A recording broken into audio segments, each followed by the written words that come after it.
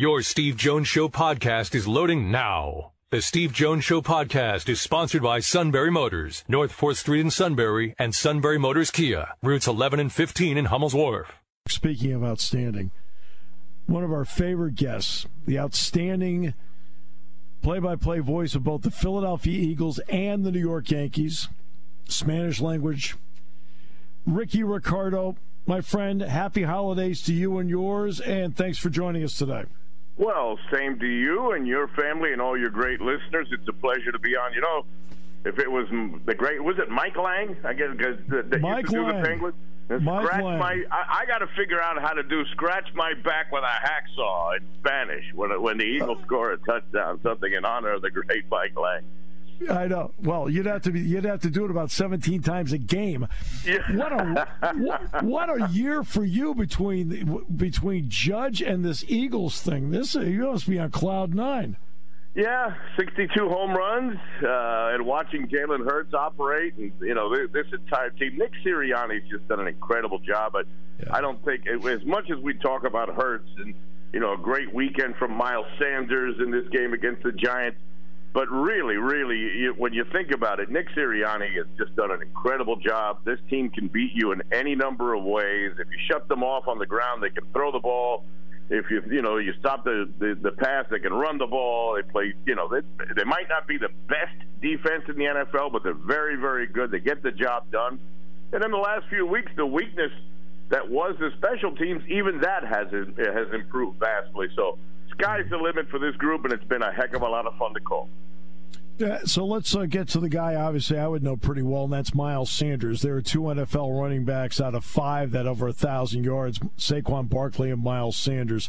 What has he added, and what has Jalen Hurts' presence meant to the performance of Miles Sanders? It's funny you bring that up because on Sunday night when I did my show in Philadelphia on 94 WIP, I threw out the subject of should we consider giving an extension to Miles Sanders. Now, Eagle Sports Talk all year has been under the assumption that this is Miles Sanders' walk year, that the Eagles don't really value the running back position that much, that they're not going to invest big money into keeping Miles Sanders.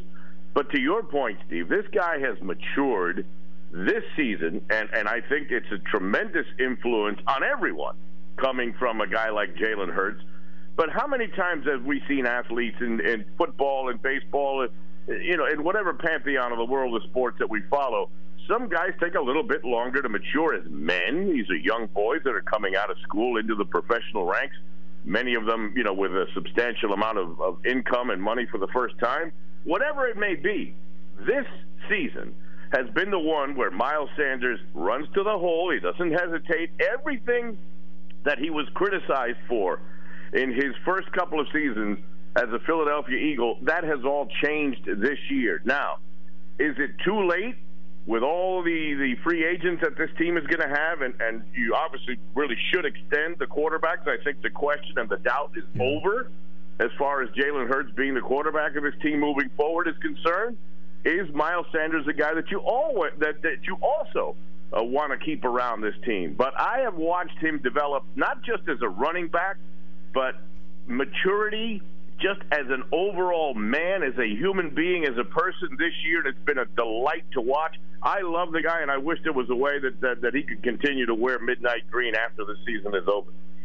Yeah, he's had an outstanding year, his first 1,000-yard season. Yep. I know Dallas Goedert is not back yet, but eventually he will get back. And I think it's important he gets back before you get to the playoffs, just so he has a couple of games under his belt. But what can his mere presence mean to an already loaded, diverse offense? Well, when Goddard's on the field, right now behind maybe Kelsey in Kansas City, and I don't know if the tight end in San Francisco, if Kittle is staffed or some injuries is still on that level. I might put Goddard ahead of Kittle right now, maybe right on that same line with Kelsey in Kansas City. But Dallas Goedert is the perfect combination of a blocking tight end and a clutch receiver type of tight end. He is that last piece that the Eagle offense can showcase. if you key on Miles, or if you key on A.J. Brown, or if you double up on Devontae Smith, Dallas Goedert's there. He's in the seam. He makes the tough catches. Well, we all know how good a player he is. Now, I'll tell you what, these last couple of weeks, especially this past Sunday, the backup tight ends, Jack Stoll and Craig Calcaterra, have done yeoman's work for guys that really don't get much work with a guy like Goddard on the roster. I think they've filled in admirably these last couple of weeks. But I would hope that maybe the Dallas game, he'll be eligible, obviously, for the Dallas game on Christmas Eve. But if you want to put the Cowboys away with a knockout punch, I think he would really, really help on Christmas Eve down in Arlington, Texas, to put the Cowboys into a wild card situation and be able to maybe rest some guys against both New Orleans in that last game against the Giants in Week 18 of the season. But as much as I was fearing that the tight end position would take a big dip without Goddard, let's praise what they've done with Stoll and with Calcaterra. But I tell you what, right behind Kelsey, I think Goddard has stepped up this year as one of the two best tight ends in the entire league. Yeah, the guy I'd love to pull aside quietly would be Bill Belichick, and I want to go back to when he had like a Super Bowl level defense, and you and I both know, Rickie, that Belichick, based on the fact that he had the personnel to do this, had the ability usually to take away your best option and make the other options beat you. I'd love to find out from him, which option on this Eagles team would you take away? I mean, which one? I don't know which one. It's pick your poison. It really is. I would think maybe a guy like Belichick would say, A.J. Brown's the guy because he's the game breaker. But you're right, Steve. You take one guy out, it'll be Devontae. You take Miles Sanders out, it might be Goddard. And the key is that this season Jalen Hurts has played practically mistake-free football. His decision-making process has been outstanding. He's got touch. Look, does he have he's not Steve McNair, okay, which is the comparison that I like to make sometimes with a guy like Jalen Hurts. He doesn't have the cannon that McNair had, but there's a lot of other attributes that make me remember Steve McNair when I'm watching Jalen Hurts. He's got touch, he's got accuracy this year, and his decision-making process has been outstanding, and it makes all those weapons really bring a defensive coordinator or a guy like Belichick that you bring up into the question of just pick your poison. Well, here's the other interesting part. The Eagles are averaging, despite the fact they score so fast, nearly 32 minutes of possession a game. Yeah. Mm-hmm. And part of that tells me, of course, about the offense, but it also tells me quietly how efficient the defense has been. What have you thought watching this Eagles defense? Especially the last few weeks.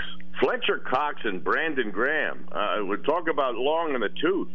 But even these guys that maybe got off to a bit of a slow start early in the season were kind of invisible, but they have really turned it on. I tell you what, the addition of Bradbury James Bradbury on the other side from Darius Slay was a stroke of genius by another guy that really deserves a lot of credit. I mentioned this the other night, the story of redemption, and Howie Roseman, a guy who was relegated to the corner office when they hired Chip Kelly and gave Chip Kelly all the power, and basically put Howie Roseman in the closet down the hall. So for a guy like that to come back and make some of these personnel decisions that he's made, to bring in a guy like Kaiser White, Hassan Reddick, to put the pieces together with this team, and now he's not perfect. Robert Quinn hasn't really done much, and now he's hurt. So it's not that every move he makes, and we all know about the Jefferson and the receivers that he didn't take, in the draft. I get it. But all in all, and overall with this defense especially, he has put some pieces on the field this year that have worked, that have really made this defense complete. You can't really, torch them in the air. You can't really run against them. They adjust to what the heck you're doing to them. But to have the veterans, and then now you have Sue and everyone else that they brought in here, everyone has stepped up and done their part. So for all the criticism that Jonathan Gannon has received, the defensive coordinator, I tell you what, It might not look pretty on paper, but it works on the field. Yeah, no question. They have been brilliant to this point. And here's the other part: when I watch guys interviewed, whether it's a press conference or on the field, they can get a little, out of sorts and too happy and crazy. Every time I see with the Eagles interviewed, it's like, okay, that's great. Next one, led by Jalen Hurts. What has his demeanor and his approach to this meant to that locker room, and how's it funneled down to them as to how to approach all the winning? I'm glad you brought that up, because he has rubbed off on everyone in that room. Practice squad guys to the biggest stars that have contracts through the roof and big reputations. That young man's work ethic, the way he goes about his business, and just the calm, tranquil, never too high, never too low, even keel approach, very cerebral approach that, by the way, he has taken from day one. Even when he was going through his struggles in seasons past, as he was developing and growing and making mistakes, he never changed. He is the same guy that he was when the Eagles were winning, losing, when he looked good or he looked bad, and now you're watching him succeed. And the most impressive thing is that with success, the attitude has not changed, and that has rubbed off on every man in that locker room. They take a cue from the quarterback. You can't ask for anything more than leadership from your quarterback, and not only physically on the field, what he does with his ability to be able to run and everything he does that we see, but what you don't see right out in front is how he has rubbed off his attitude. Just the way he goes about his business has rubbed off on guys that might be 7, 8, 9, 10 years older than him that have been around this league for a while. Everyone seems to have taken the same approach as Jalen Hurts, and really that's one of the more impressive things about this young man. No question. It seems like in some ways, even though he's a different kind of guy, and I'll make the last question, because it was so important that the Yankees, at minimum, drew even, and they re-signed Judge. Yep. But Judge is such a positive clubhouse presence as well. And when your best player is that way, Rickie, I don't think you could put a price on it. Just like with Hurts, I don't think you put a price on that with Judge. Very similar, both those guys, coincidentally. Aaron Judge, Jalen Hurts, both very positive parents. I've met Jalen's family. I've grown very close to Aaron Judge's parents because they were with us each and every day. During the home run chase. And when I filled in for John Sterling on about 12, 15 games that I did on the English side, that basically, Aaron's parents were clinging on every home run call, whether it was John or myself. You can tell that both these guys have tremendous upbringing. They take their craft seriously. And I tell you, I don't think that $360 million will change Aaron Judge. And whenever the Eagles do decide to extend Jalen Hurts, from my heart, I really do believe that won't change him for the negative in any way, shape, or form either.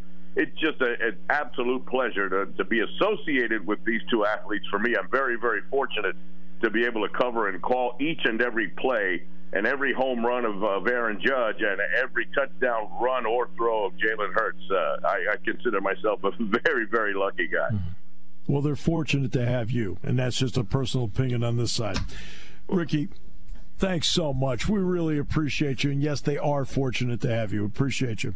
Much appreciated. Thank you for the kind words. Happy holidays to all your listeners, to you and your family and your great crew. You guys are pros, do a fantastic job, and enjoy the Rose Bowl, my friend. I will enjoy it. It'll be a lot of fun. Jack Ham and I will enjoy it, and let's see if they can get a W. You got it.